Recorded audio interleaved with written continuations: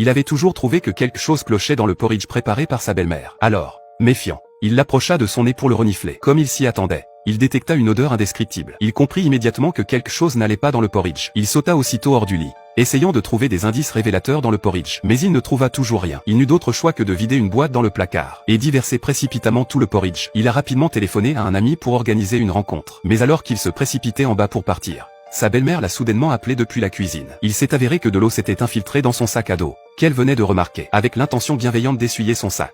Elle a été accueillie par les bredouillements agités de Danny. Il s'est précipité et s'est enfui. Sa belle-mère, déconcertée par la scène, quand elle s'accroupit pour essuyer le sol, elle se rendit compte que les gouttelettes n'étaient pas de l'eau. La belle-mère sembla tout comprendre d'un coup. Danny arriva bientôt au lieu de rendez-vous, avec l'intention de demander à son ami de l'emmener dans un laboratoire d'analyse, pour vérifier si sa belle-mère avait ajouté des drogues à son porridge. Mais comme Danny avait des antécédents de troubles mentaux, son ami non seulement rejeta ses soupçons, mais le pressa de ne pas douter de sa belle-mère. Furieux, Danny s'est mis à crier, effrayant son ami qui s'est enfui précipitamment. Ce soir-là, la belle-mère a préparé un somptueux dîner avec du steak. Le père de Danny s'est extasié sur la saveur du steak. Mais Danny restait obstinément silencieux. Son père, remarquant cela, lui demanda pourquoi il ne mangeait pas. Danny demanda alors à échanger son steak avec celui de son père, prétendant que sa portion contenait trop de graisse. Sans hésiter, son père accepta volontiers. Mais sa belle-mère, incapable de rester silencieuse, intervint pour dire que les steaks avaient été préparés en fonction des besoins nutritionnels de chacun. Elle refusa l'échange. Le père a considéré qu'il s'agissait d'une question insignifiante. Mais la belle-mère a commencé à s'offusquer. Elle a déclaré qu'elle en avait assez du comportement déraisonnable de Danny. Danny a répliqué bruyamment,